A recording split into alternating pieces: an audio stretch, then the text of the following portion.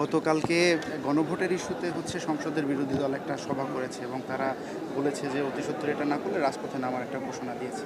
তো এই বিষয়ে আমরা যদি গণতন্ত্র মিন করি তাহলে তো অবশ্যই সরকারি দল, বিরোধী দল বা সরকারে যে দল আছে এবং বিরোধী দলের মধ্যে আলোচনা, ডিসকাশন, ডিবেট, ডিসকোর্স এগুলো অব্যাহত থাকবে।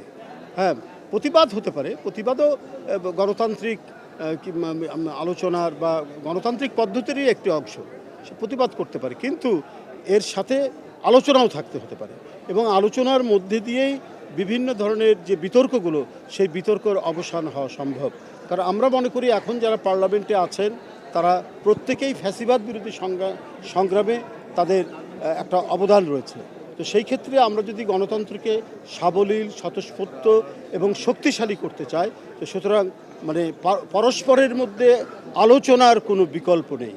ডিবেট ডিসকাশনের মধ্যে দিয়েই যে উদ্ভূত যে প্রশ্নগুলি আছে সেই প্রশ্নের মীমাংসা হয়ে যাবে এবং তাতেই আমাদের গণতন্ত্র শক্তিশালী হবে। গণতন্ত্র শক্তিশালী হলে আমাদের অর্থনীতিও অত্যন্ত শক্তিশালী হবে এবং সার্বভৌমত্ব এবং স্বাধীনতাও শক্তিশালী হবে।